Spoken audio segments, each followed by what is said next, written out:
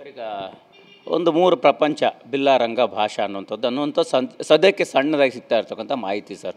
ಒಂದು ಹಿಮದ ಪ್ರಪಂಚ ಇದೆ, ಇನ್ನೊಂದು ಪರಿಸರ ಇದೆ, ಇನ್ನೊಂದು ಇನ್ನೊಂದು ಒಂದು ಬೇರೆ ಥರದ್ದೇ ಎನ್ವಿರಾನ್ಮೆಂಟ್ ಆ ಒಂದು ಗ್ಲಿಮ್ಸಲ್ಲಿ ಕಾಣಿಸುತ್ತೆ. ಸೊ ಆ ಮೂರಕ್ಕೂ ಹೆಂಗೆ ರಿಲೇಟ್ ಆಗುತ್ತೆ ಅನ್ನುವಂಥದ್ದು ಸರ್ ಆ ಟೈಟ್ಲಿಗೆ. ಅಂದರೆ ಸ್ಟೋರಿನಲ್ಲಿ ಅದೆಲ್ಲ ಕನೆಕ್ಟ್ ಆಗಿದೆ.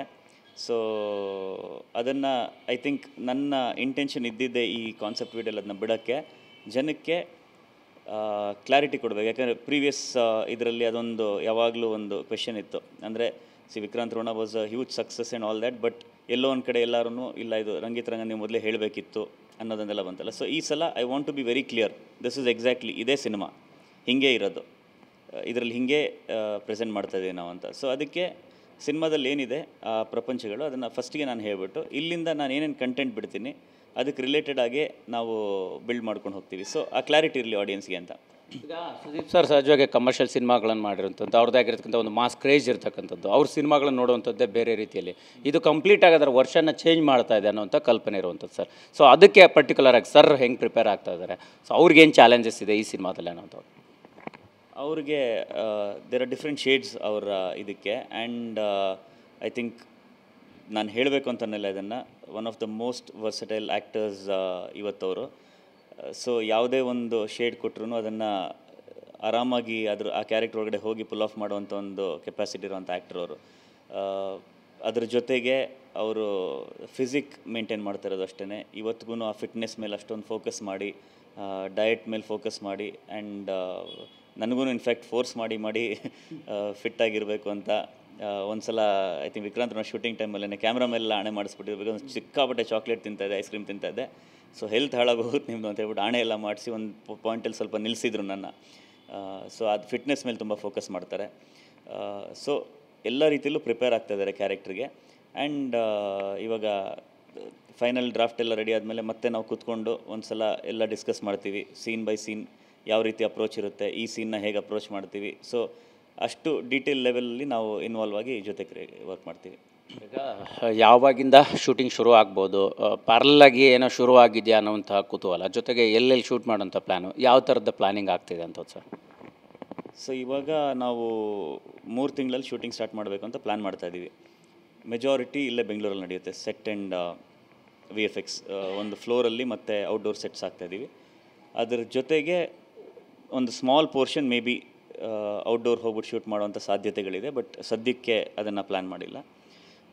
ಬಟ್ ಮೋಸ್ಟ್ ಇಂಪಾರ್ಟೆಂಟ್ಲಿ ನಾವು ಏನು ಶೂಟ್ ಮಾಡ್ತೀವಿ ಅದನ್ನು ಮೊದಲೇ ಒಂದು ಆ್ಯನಿಮೇಟೆಡ್ ಪ್ರೀವಿಯಸ್ ಥರ ಮಾಡಿಕೊಂಡು ಎಕ್ಸಾಕ್ಟ್ಲಿ ಅದೇ ರೀತಿಯಲ್ಲಿ ಶೂಟ್ ಮಾಡೋವಂಥ ಒಂದು ಸಿದ್ಧತೆ ನಡೀತದೆ. ಯಾಕಂದರೆ ಇಷ್ಟು ದೊಡ್ಡ ಸ್ಕೇಲಲ್ಲಿ ಮಾಡಿದಾಗ ನಾವು ಪ್ಲ್ಯಾನಿಂಗ್ ಮಾಡ್ಕೊಳ್ಳದೆ ಹೋಗಿಲ್ಲ ಅಂದರೆ 10 ದಿನ ಆಗೋದು, 20 ದಿನ ಆಗುತ್ತೆ, 30 ದಿನ ಆಗುತ್ತೆ, ಅನ್ಪ್ಲ್ಯಾನ್ಡ್ ಆಗ್ಬಿಡುತ್ತೆ ಅದು. ಸೊ ಅದಕ್ಕೋಸ್ಕರ ಪ್ರಿಪ್ರೇಷನ್ ಜಾಸ್ತಿ ಟೈಮ್ ತೊಗೋತಾ ಇದ್ದೀವಿ. ಈಗ ಸಹಜವಾಗಿ ಅಂದರೆ ಒಂದು ಬೇರೆ ಜಾನರ್ನ ಸಿನಿಮಾ ಅನ್ನುವಂಥದ್ದು ಈಗಾಗಲೇ ಕುತೂಹಲ ಹುಟ್ಟಿಸಿದೆ. ಬಟ್ ಪರ್ಟಿಕ್ಯುಲರ್ ಆಗಿ ಈಗ ನಿಮಗಿರುವಂತಹ ಚಾಲೆಂಜ್ ಸರ್, ಆ್ಯಸ್ ಎ ಡೈರೆಕ್ಟ್ರಾಗಿ ಅದನ್ನು ಆ್ಯಸ್ ಎ ಸ್ಕ್ರಿಪ್ಟ್ ಏನಿದೆಯೋ ಅದನ್ನು ಸಿನಿಮಾ ರೂಪಕ್ಕೆ ತರುವಂಥ ನಿಟ್ಟಿನಲ್ಲಿ ನಿಮಗಿರುವಂತಹ ಚಾಲೆಂಜ್ ಏನಿದೆ ಅದನ್ನು ಹೇಗೆ ಪ್ಲ್ಯಾನ್ ಮಾಡ್ತಾಯಿದ್ರಿ ಅಂತ? It's all together new challenge ನಮಗೆ. ಯಾಕಂದರೆ ಕಣ್ಮುಂದೆ ಇಲ್ಲದೆ ಇರೋದನ್ನು ಇಮ್ಯಾಜಿನ್ ಮಾಡಿಕೊಂಡು ನಾವು ಕೆಲವು ಕಡೆ ಶೂಟ್ ಮಾಡ್ತಾಯಿದ್ದೀವಿ. ಅಂದರೆ ಟೆಕ್ನಾಲಜಿ ಬೇರೆ ಬೇರೆ ಥರದ್ದು ಯೂಸ್ ಆಗ್ತಾಯಿದೆ ಇದರಲ್ಲಿ. ಕೆಲವುದರಲ್ಲಿ ಸೆಟ್ 80% ಇರ್ಬೋದು, VFX 20% ಇರ್ಬೋದು. ಕೆಲವುದರಲ್ಲಿ VFX 80% ಇರ್ಬೋದು, 20% ಸೆಟ್ ಇರ್ಬೋದು. ಕೆಲವುದರಲ್ಲಿ ಜಸ್ಟ್ ಈ ಥರ ಸೋಫಾ ಇದು ಮಾತ್ರ ಇರ್ಬೋದು, ಬೇರೆದೆಲ್ಲ VFX ಇರ್ಬೋದು. ಸೊ ಒಂದೊಂದು ಅಪ್ರೋಚ್ ಒಂದೊಂದು ರೀತಿಲಿರುತ್ತೆ. ಸೊ ಸೆಟ್ ಇದ್ದಾಗ ಸ್ಟಿಲ್ ಇಟ್ ಈಸ್ ಈಸಿಯರ್. ಯಾಕಂದರೆ ನಿಮಗೆ ಏನು ನಿಮ್ಮ ಕಣ್ಣಿಗೆ ಕಾಣ್ತಾ ಇರುತ್ತೆ. ಬರೀ ಗ್ರೀನ್ ಸ್ಕ್ರೀನ್ ಇದ್ದಾಗ ಯು ಹ್ಯಾವ್ ಬೋತ್ ಆ್ಯಕ್ಟರ್ಸ್ಗೂ ಅಷ್ಟೇ, ಡೈರೆಕ್ಟರ್ಗೂ ಅಷ್ಟೇ, ಟೆಕ್ನಿಷಿಯನ್ಸ್ಗೂ ಅಷ್ಟೇ ಇಮ್ಯಾಜಿನ್ ಮಾಡಬೇಕು. ಇವಾಗ ಒಂದು ಲೈಟಿಂಗ್ ಮಾಡಬೇಕು ಅಂದರೆ ಇವಾಗ ನಿಮಗೆ ಸೂರ್ಯ ಈ ಕಡೆಯಿಂದ ಬರ್ತದೆ, ನಿಮಗೆ ನಾವು ಗ್ರೀನ್ ಸ್ಕ್ರೀನ್ ಹಾಕಿದಾಗ DOPಗೆ ಯಾವ ಕಡೆ ಸೂರ್ಯ ಯಾವ ಕಡೆ ಚಂದ್ರ ಮರ್ತೋಗ್ಬಿಟ್ಟಿರುತ್ತೆ. ಸೊ ನಾವು ಅದಕ್ಕೆ ಪ್ರೀವಿಯಸ್ ಮಾಡ್ಕೊಳ್ಳದೆ ಹೋದಾಗ ಅದು ಕನ್ಫ್ಯೂಷನ್ ಕ್ರಿಯೇಟ್ ಮಾಡುತ್ತೆ. ಆಮೇಲೆ VFXಲ್ಲಿ ಪ್ರಾಬ್ಲಮ್ ಸ್ಟಾರ್ಟ್ ಆಗುತ್ತೆ. ಸೊ ಈ ರೀತಿಯಲ್ಲಿ ಪ್ರತಿಯೊಂದನ್ನು ಚಿಕ್ಕದನ್ನು ನಾವು ಪ್ಲ್ಯಾನ್ ಮಾಡಿಕೊಂಡೇ ಹೋಗಬೇಕು. ಪ್ರಾಪರ್ಟೀಸು ಅಷ್ಟೇ. ಇವಾಗ ನಾನು ಸುಮ್ಮನೆ ಹೋಗ್ಬಿಟ್ಟು ಆ ಡೈರೆಕ್ಟರ್ ಹತ್ರ ನನಗೆ ಒಂದು ಪೆನ್ ಬೇಕು ಅಂತ ಹೇಳೋಕ್ಕಾಗಲ್ಲ. ಅವ್ರ ಜೊತೆ ನಾವು ಕೂತ್ಕೊಂಡು ಪೆನ್ ಯಾವ ರೀತಿ ಇರಬೇಕು ನಾವು ಡಿಸೈನ್ ಮಾಡಬೇಕು, ಗನ್ ಯಾವ ರೀತಿ ಇರಬೇಕು ಡಿಸೈನ್ ಮಾಡಬೇಕು, ಸ್ವೋರ್ಡ್ ಇದ್ದರೆ, ಚಾಕು ಇದ್ದರೆ, ಇನ್ನೊಂದಿದ್ದರೆ ಎಲ್ಲನೂ ಡಿಸೈನ್ ಮಾಡಬೇಕು. ಇನ್ಫ್ಯಾಕ್ಟ್ ನೀವು ನಮ್ಮ ಕಾನ್ಸೆಪ್ಟ್ ಪೋಸ್ಟರಲ್ಲಿ ನೋಡಿದ್ರು ಒಂದಷ್ಟು ಎಲಿಮೆಂಟ್ಸ್ ಅದರಲ್ಲಿದೆ, ಎಲ್ಲ ಕಸ್ಟಮ್ ಡಿಸೈನ್ ಮಾಡಿರೋದು.